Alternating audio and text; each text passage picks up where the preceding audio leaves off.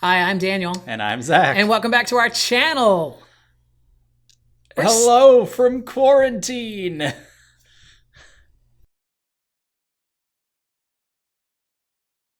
So you would think that, hey, you guys are like stuck in your house. You should be putting out more videos, not less videos.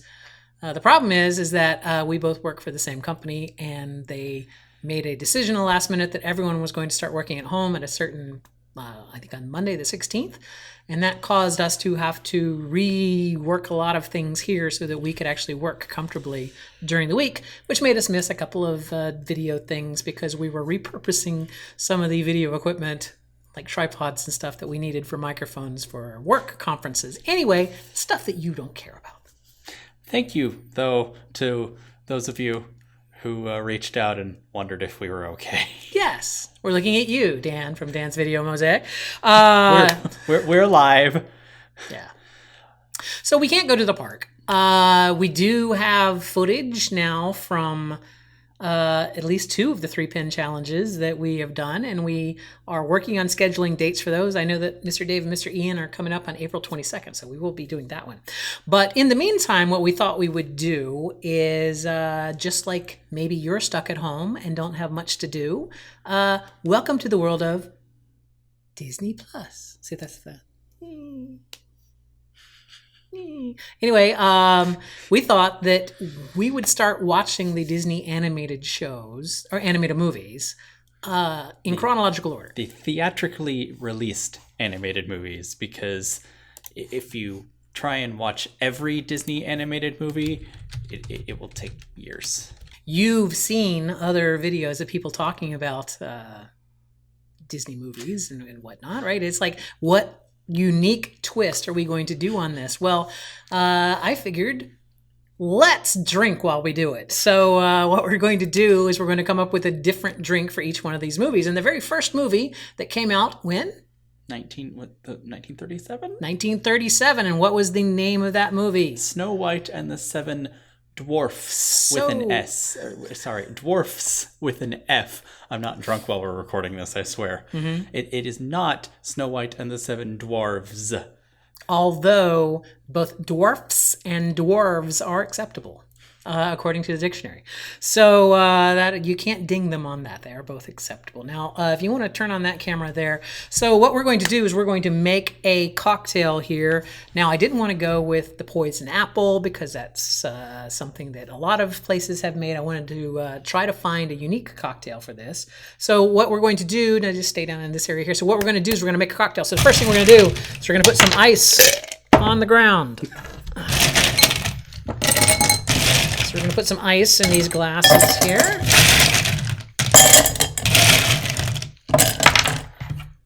All right. This is, by the way, Zach's I'm only here for the booze glass that he bought at Disney. So we've got at Disney. Where did you buy it? I bought that at Michael's in Douglasville, Georgia. Oh. All right. There's 3 ingredients to this drink. One of them is Bailey's Irish Cream. One of them is Kahlua, and vodka. Okay, so Vodka.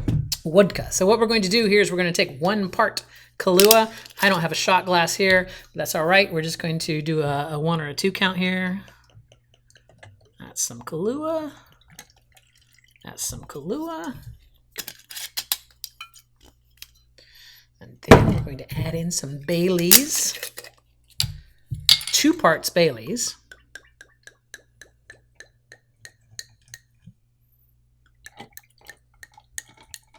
It's a good thing we're stuck at home in case these are really strong.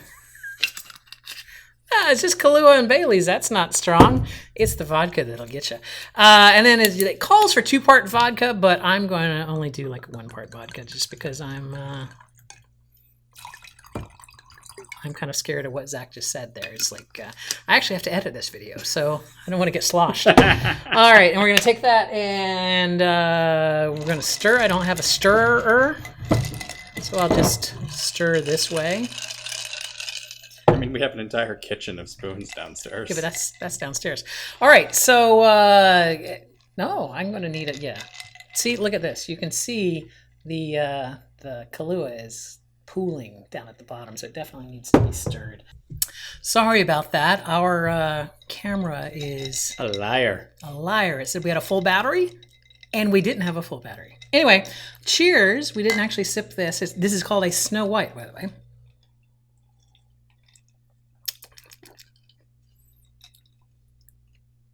Yes? No? Bit strong, but Yeah? I mean, you eyeballed. Yeah, I did. But I mean, it's fine. I think the proportions are right. It's supposed to have more vodka, if you can believe that. No, thank you. I actually did I would prefer one more part. of the Baileys and the Kahlua. Yeah, it's pretty good.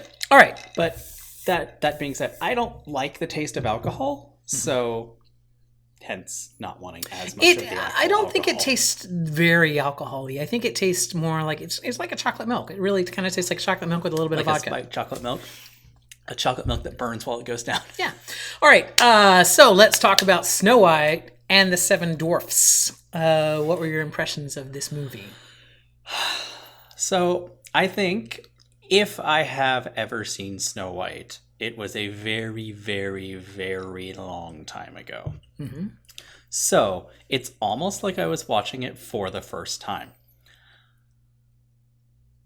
Movies were very different in the 1930s. Yes.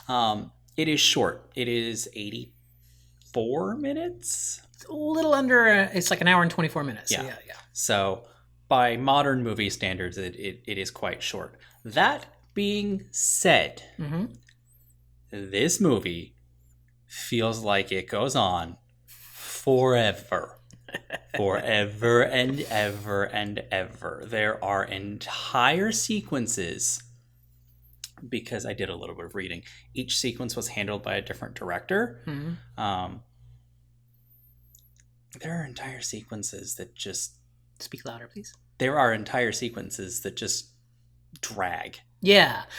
Like the dwarfs washing their face for dinner goes on for like 35 minutes, I think. It feels like 30 minutes. Snow White cleaning out the cabin, I'm pretty sure was 2.5 hours compressed into... They sped it up.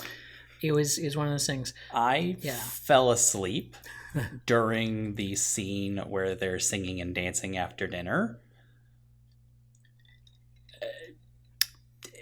That being said, it's not a bad movie for Disney's first theatrically released animated feature. I felt like it. I mean, the whole pretense is you're being told the story through the book. The book opens and closes with a storybook. Mm-hmm. However, it does the same. We now know where Beauty and the Beast Live on Stage got some of their narrative shortcutting from. Given that after almost 100-year-old spoiler alert, after the evil queen dies, Mm-hmm. You get this text crawl of the dwarves couldn't bear to bury Snow White, so they made a coffin of glass and put her in the middle of the forest like a mannequin on display. Wait. So, did you want them to do another song? Like, No, we're building but- a coffin, putting in a glass lid. We're going to put the woman in the coffin. No, I just would have preferred... One of the things they teach you in writing classes is show, don't tell. Ah. And this is very much a case of being told and there's not your problem. shown. There's your problem. This movie predates writing. So, I don't think it predates writing. There's writing in the movie. Pretty sure this movie predates writing, or at least writing classes. And it begins... I don't know that a lot of Disney movies begin. It begins in medias res, in the middle of the action, because you're told Snow White, beautiful girl, queen dresses her in rags, and as long as the magic mirror says you're the fairest one of all, then Snow White's not in danger. And we immediately begin with Snow White is the fairest of them all. Where would you rather it start? Would you rather us spend 30 minutes of her life with the evil queen and evil stepmother, whatever she is? I mean, she's both. She's the evil queen stepmother. Background is important. I mean, we got a whole movie out of Maleficent. But at the same time, this movie was based off of a fairy tale that a lot of people knew. So, Snow White and the Seven Dwarfs was a fairy tale that the Grimm's brother fairy tale. It was fairly well known, and one of the hallmarks of fairy tales is that they are kind of vague. They are you kind of hit on some notes because they're passed down orally and throughout the generations and whatnot. I think you know what, I'm drinking, so don't listen to what I'm saying. But yeah, go ahead. Not a bad movie, just definitely needed an editor. I will agree with that. I feel like a lot of movies that I watch now that are older, I feel suffer that same thing because we're used to, for lack of a better word, MTV editing, right? We're used to very quick edits, very not a lot of lingering on things. One of my favorite examples of this is Doctor Who, the Tom Baker years, when he had a little robot dog companion named K9, and there was numerous times where K9 would go across the room and the camera would pan with it to show the robot dog rolling across the room. And watching that today, it feels like an eternity of that stupid dog rolling across the room. It's like, we get it. The dog is rolling across the room. At the time, that was a big thing. It's like, oh, look, the little robot's rolling across the room. So Snow White was hand animated, and it was the first full-length feature cartoon. This was a Hallmark film. This was something that set a lot of things into motion, and it was unique. And so I think the novelty of seeing cartoons sing and dance to sound, right? Because when did talkies come out? Not far before this. So you're seeing animation going with music, with the dancing in a full-length kind of a story. I think that's kind of where but I agree with you. The editing feels really slow by modern standards. The other things that surprised me about this film is it's a 4:3 aspect. It's a square aspect ratio. It's not widescreen. And that I thought maybe Did widescreen even exist in 1937? No, I thought maybe, when they made it into VHS, they made it into that format so that it would fit TVs better. But I did some research. It turns out, no, the widescreen didn't come along until later. So the movies were kind of in a square format. When did widescreen come out? If you'll recall, in our trivia challenge that we did with Kylie, that was one of the questions. The first widescreen release. Cinemascope. That was Lady and the Tramp. That was in the 70s. So we've got, I think some of the refurbed ones are now widescreen. I think like Beauty and the Beast, Sleeping Beauty and whatnot. Anyway, we'll get to those. Anyway, I was surprised by I feel like I'm just babbling. I'm so sorry. The aspect ratio kind of threw me there. And the other thing was I didn't know that I realized that Snow White was a musical. Like if you were to take the songs out, there would be maybe 5 or 10 minutes of dialogue. This was largely told through song. It was a musical, not a exposition laden. It wasn't a story in that sense. The biggest piece of exposition, I think, was the evil queen's diatribe about the potion or the apple that's gonna kill Snow White. Yeah. Probably. Also, I was confused because we know that her crow's name is Diablo, but yet she never names the crow. So it's like, how do we know that? It's one of those things that's in the script, but it's never mentioned on screen. It's Diablo. Another thing that I found very interesting is that at one point when the dwarves are coming back from the mine and they see that someone is living in their house, Grumpy says, "Jiminy Cricket." And I'm like, wait. I always thought that Jiminy Cricket, the expression, Jiminy Cricket, came from Pinocchio, like that it actually came. Turns out, no. It was there's a name for this. You should know this. What's the name for a way to prevent from blasphemy? It's a minced oath. I did not look that up. I just remembered it. right off my head. I totally didn't Google that. It is a minced oath. So it's a way of saying Jesus Christ without actually saying Jesus Christ. And it was one of those things that they came up with, like at JC, Jiminy Cricket, instead of Jesus Christ. So, and so that you wouldn't burn in hell, you could say, oh, Jiminy Cricket, instead of Jesus Christ, when you were shocked by something. The more you know. Also, it's not only in Snow White and the Seven Dwarfs, but it was also uttered in The Wizard of Oz in 1938. Dorothy, when she meets the wizard, says something like Jiminy Cricket's that's scary or something like that. So that is also there. And spoiler alert, because Pinocchio is the next film on our list, there was no Jiminy Cricket in the fairy tale Pinocchio. Like that was a character added by Walt Disney to the film. So he chose to name it Jesus Christ. Anyway, the more you know. Also in this particular film, we saw the prototype Chip and Dale. There was 2 chipmunks that looked kind of like a prototype Chip and Dale.